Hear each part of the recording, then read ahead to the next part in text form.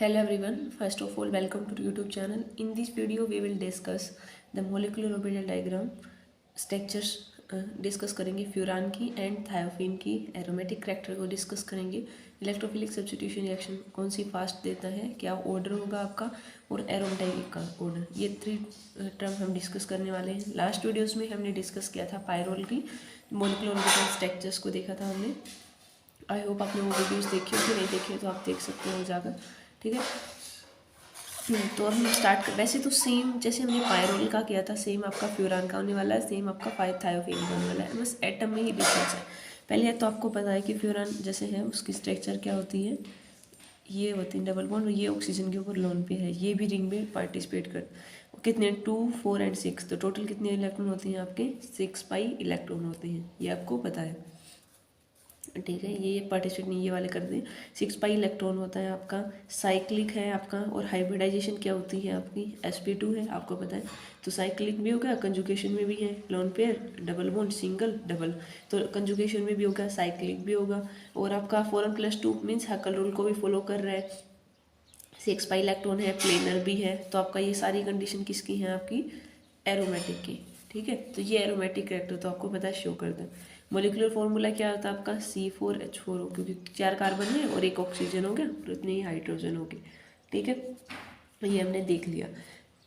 इसमें हम क्या देखते हैं आपका मोलिकुलर ऑर्बिटल डायग्राम जैसे हम शो करें, ये तो आपको पता चल गया कि एरोमेटिक इन नेचर होता है। और हमने देखा जैसे पायरोल में देखा था वैसे ही आपका फ्यूरान में भी ये फ्लैट जो एक पेंटागोनल जो रिंग है 5 मेंबर वाली, इसमें जो हाइब्रिडाइज्ड जो कार्बन है और ऑक्सीजन के हैं, कौन से हैं आपके sp2 हाइब्रिडाइज्ड कार्बन है और ऑक्सीजन के। तो कार्बन का 1 इलेक्ट्रॉन हाइब्रिडाइज्ड ऑर्बिटल और एक अनहाइब्रिडाइज्ड, मतलब एक तो पार्टिसिपेट कर रहा है हाइब्रिडाइज्ड, और एक है अनहाइब्रिडाइज्ड जो पार्टिसिपेट नहीं कर रहा, ठीक है। तो कार्बन का 1 इलेक्ट्रॉन जो आपका ईच हर एक हाइब्रिडाइज्ड ऑर्बिटल में है, और एक आपका अनहाइब्रिडाइज्ड ऑर्बिटल में है। इन दोनों का इंटरेक्शन मीन्स कार्बन का और ऑक्सीजन का, तो आगे हम करके दिखाएंगे जो पी ऑर्बिटल हैं उनके कैसे ओवरलैपिंग होती है, ठीक है। साइड वाइज ओवरलैपिंग है वो देखेंगे हम। अब ये हमने देख लिया कि कार्बन का हाइब्रिडाइज है और अनहाइब्रिडाइज जो है एक, तो हाइब्रिड ऑर्बिटल हम वैसे ही देखेंगे ऑक्सीजन के, उसके पास भी 2 हैं, जो एक इलेक्ट्रॉन तो आपके उसमें है हाइब्रिड में, एक अनहाइब्रिडाइज में। तो हम क्या देखते हैं कि जो अनहाइब्रिडाइज्ड जो पी ऑर्बिटल होते हैं ना, उनके पास एक पेयर ऑफ इलेक्ट्रॉन है, तो वो किसके कार्बन अपना हाइब्रिडाइज्ड ऑर्बिटल यूज करेगा कार्बन कार्बन बॉन्ड बनाने के लिए। कार्बन H का बॉन्ड बनेगा आपका कार्बन और ऑक्सीजन का, जैसे कार्बन H का कार्बन कार्बन का कार्बन ऑक्सीजन का, तो अपने बॉन्ड बनाने के लिए तो आपका हाइब्रिडाइज्ड ऑर्बिटल का यूज कर रहा है, ठीक है। ये हमने देख लिया। तो जो आपके ऑक्सीजन के पास जो 2 हाइब्रिड ऑर्बिटल है उसमें हर एक इलेक्ट्रॉन आपका इन्वॉल्व हो रहा है आपका सिग्मा बॉन्ड फॉर्मेशन में दूसरे कार्बन के साथ में, ऑक्सीजन का कार्बन के साथ में जो भी है उनके सिग्मा बॉन्ड फॉर्मेशन में ये यूज हो रहा है। जो अनहाइब्रिडाइज्ड ऑर्बिटल है आपके, ठीक है। तो हम क्या जो ये तो हमने बता दिया कि आपका हाइब्रिडाइज्ड वाले में कैसे सिग्मा बॉन्ड फॉर्मेशन, जो अनहाइब्रिडाइज्ड ऑर्बिटल हैं आपके जो पार्टिसिपेट नहीं कर ऑक्सीजन के, उनके पास 2 इलेक्ट्रॉन है, और सेम आपके पास कार्बन कितनी है 4 है, तो 4 आपके अनहाइब्रिड ऑर्बिटल हो गए कार्बन के, तो उसके पास भी हर एक के पास इलेक्ट्रॉन है, तो वो क्या कर रहे हैं डीलोकलाइज्ड इलेक्ट्रॉन क्लाउड बना रहे हैं 6 इलेक्ट्रॉन का, क्योंकि देखो 4 तो ये वाले हो गए और 2 ऑक्सीजन वाले, तो कितने हो गए 6 पाई इलेक्ट्रॉन का एक क्लाउड है, ठीक है। तो जो अनहाइब्रिडाइज्ड ऑर्बिटल हैं आपके कार्बन के और ऑक्सीजन के, वो आपके इसके पास भी इलेक्ट्रॉन, इसके ये जो आपका साइड वाइज ओवरलैपिंग होती है इसमें, ठीक है। और जो पेयर ऑफ इलेक्ट्रॉन है वो बॉन्ड कौन से आपके sp2, जो आपका हाइब्रिडाइजेशन है sp2 ऑर्बिटल है आपके ऑक्सीजन के लिए। अब हम जो डायग्राम बनाते हैं जैसे हमने पायरोल में देखा था, ये है आपका फ्यूरान, ये होगा ऐसे, ये तो हमने सिंपल स्ट्रक्चर्स, अब इसका शो करोगे आप तो ऐसे भी दिखा सकते हो सिंपल, हमने उसमें भी शो किया था। एक तो हो गया अबो द प्लेन और एक है आपका below the plane electron cloud, ठीक है। ये अबो द प्लेन और below the plane 2 electron cloud की फॉर्मेशन होती है यहाँ पे, और जो इंट्रैक्शन आप शो करके दिखाओगे जैसे ये है आपका, अब कार्बन के पी ऑर्बिटल अनहाइब्रिडाइज्ड वाले, इसके ऑक्सीजन के, ये आप बताओगे, तो इसका इंट्रैक्शन चौबो वाले का ऊपर वाले के साथ में होगा। ये आप हाइड्रोजन को भी शो कर सकते हो, क्योंकि हर एक हाइड्रोजन तो है एक 1 2 3 एंड 4, ठीक है। ये ऑक्सीजन का ऐसा, तो ऊपर वाले का इसके साथ है, इसका इसके साथ में, इसका इसके साथ में, और इसका इसके। अब ये जो बिलो द प्लेन वाले हैं तो इसका इनके साथ में, इनका इनके साथ में, इनका।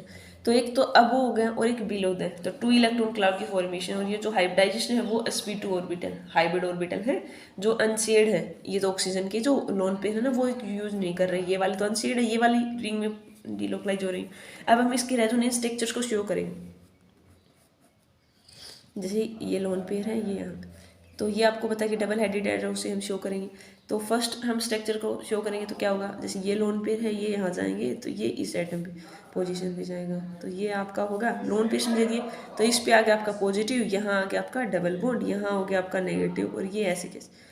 अब जो नेक्स्ट स्ट्रक्चर को शो करोगे तो उसमें क्या हो जाएगा, ये बॉन्ड यहाँ पे चला जाएगा, ये यहाँ आ जाएगा, तो उसमें क्या आ जाएगा आपका, यहाँ आ गया डबल बॉन्ड, यहाँ आ गया नेगेटिव, और ये यहाँ पे है। ठीक है, अब जो आप नेक्स्ट स्ट्रक्चर को शो करोगे तो उसमें क्या होगा कि जब आप इसको यहाँ ट्रांसफर करोगे तो ये यहाँ पे जाएगा, क्योंकि तो 4 हो जाएंगे डबल, वो तो स्टेबल नहीं होता। तो ये हमने ऐसे कर दिया, यहाँ है यहाँ, तो ये बॉन्ड यहाँ पे और ये डबल बॉन्ड यहाँ ट्रांसफर हो गया, तो यहाँ आ गया आपका नेगेटिव चार्ज। ठीक है, अब आप नेक्स्ट करोगे तो ये यहाँ पे चला जाएगा, ये यहाँ पे चला जाएगा, तो क्या आ गया आपका, ये ऑक्सीजन था, ये आ गया नेगेटिव, ये आ गया ऐसे, और ये आ गया ऐसे। अब ये स्ट्रक्चर करोगे तो इस पे देखो पहले क्या था, ऑक्सीजन पे पॉजिटिव चार्ज था, तो ये यहाँ पे चला जाएगा तो पॉजिटिव इसको ये दे देगा, तो ये जो वही सेम स्ट्रक्चर सबकी बन जाती है, ये ऑक्सीजन पे लोन पे, ये डबल। तो हम ऐसे 5 स्ट्रक्चर इसकी बनती है। सेम अगर सल्फर होता तो कुछ नहीं करना आपको, ये सल्फर ऑक्सीजन की जगह सल्फर को रिप्लेस कर दोगे। थाइफिन की आप खुद ट्राई करना, तो यहाँ थाइफिन में सल्फर सेम लोन पेयर उसमें भी होंगे, वो भी आपके ऐसे पार्टिसिपेट करेंगे। कुछ नहीं करना, फर्स्ट ऐसे, नेक्स्ट ऐसे पोजीशन, इलेक्ट्रॉन का मूवमेंट करना होता है। एटम की पोजीशन तो फिक्स ही होती है रेजोनेंस में। रेजोनेंस में क्या होता है कि एक स्ट्रक्चर्स होती है ना वो कंप्लीट नहीं शो कर, तो हमें डिफरेंट स्ट्रक्चर बतानी पड़ती हैं जो स्टेबिलिटी के लिए। ठीक है, ये हमने कर लिया इतना।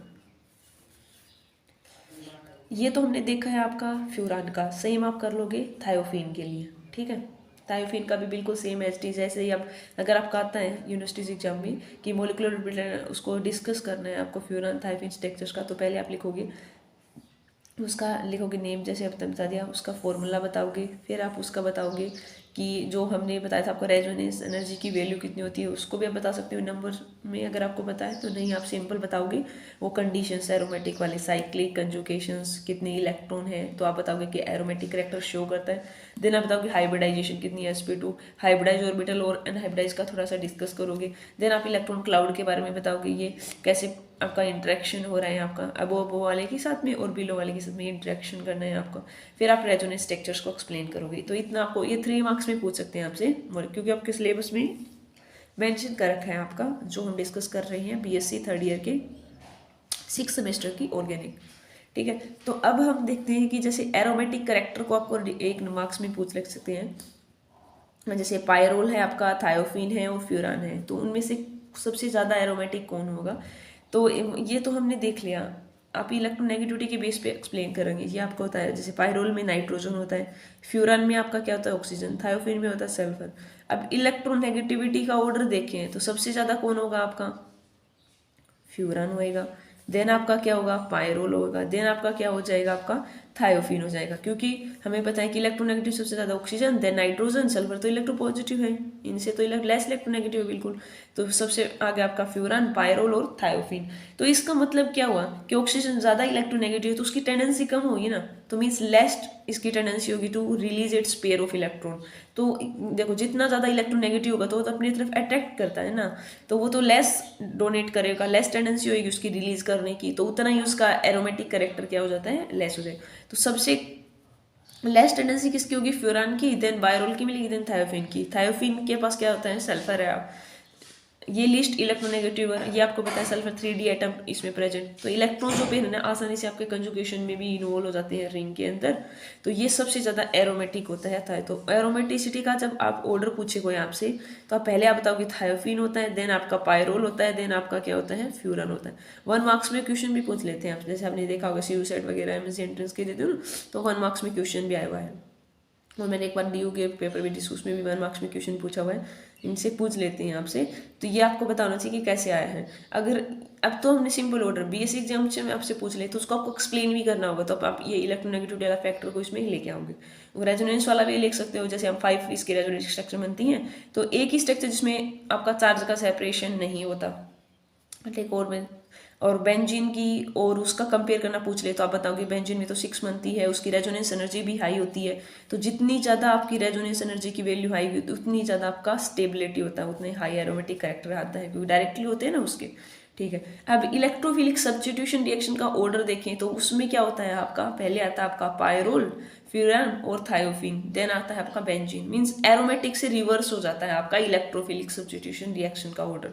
ठीक है, तो उसको भी हम डिस्कस करने वाले हैं, और नेक्स्ट वीडियोस में हम इंपॉर्टेंट डिस्कस करेंगे जो 5 या 6 मार्क्स में क्वेश्चन आ जाते हैं। जैसे प्रिपरेशन पूछ लेते हैं आपसे, पायरोल की पूछ लेते हैं, उसकी इंपॉर्टेंट होती है, एक पालनोर सिंथेसिस है, हेंस पायरोल है, नोर पायरोल है, इनके मैकेनिज्म को भी हम डिटेल से डिस्कस करने वाले हैं, काफ़ी इंपॉर्टेंट होता है इनकी प्रिपरेशन से। वैसे ही हमें फ्यूरान की, थायोफिन की, तो इनकी जो 3 to 4 मेथड्स हैं प्रिपरेशन के, वो आपको अच्छे से करने हैं, क्योंकि वो डायरेक्ट क्वेश्चन पूछे जाते हैं आपके यूनिवर्सिटी एग्जाम वाले में से। ठीक है, तो आई होप आपको ये वीडियोस समझ आई होगी। कुछ समझ नहीं आया तो आप कमेंट कर सकते हो। और सेकंड, हम शॉर्ट नोट्स के भी वीडियोस पैरेलल में लेके आएंगे, जो भी इम्पोर्टेंट टॉपिक्स होते हैं कि कम टाइम में हम कैसे सोल्व कर पा सकते हैं। लाइक काफ़ी सारी वीडियोस पहले से अवेलेबल हैं, आपको देखना चाहते हो तो आप प्लेलिस्ट में जाके चेक कर सकते हो। ठीक है, एक सुपर अमेजिंग ट्रिक, जैसे हम VBT पे भी बना रखे हैं, हाइब्रिडाइजेशंस पे हैं, पैरामैग्नेटिक डायमैग्नेटिक एक्टर कैसे एक्सप्लेन करते हैं। और सेकंड, वैसे ही मैं इसको जैसे लैपटॉप है मेरे पास तो मैं PPT की हेल्प से भी कर सकती हूँ, लेकिन मेरे को ऐसा लगता है कि PPT पे हमें इतना कंफर्टेबल नहीं होता है थोड़ा एक्सप्लेन करना। अगर आपको PPT भी ज़्यादा तो आप वो भी कमेंट कर सकते हैं, नहीं तो फिर हम ये जो हमारा जनरल मेथड पहले से लेके आ रहे हैं तो इस पर ही करेंगे, पेन नोटबुक का यूज़ करके। ठीक है, तो thanks for watching my channel, happy learning.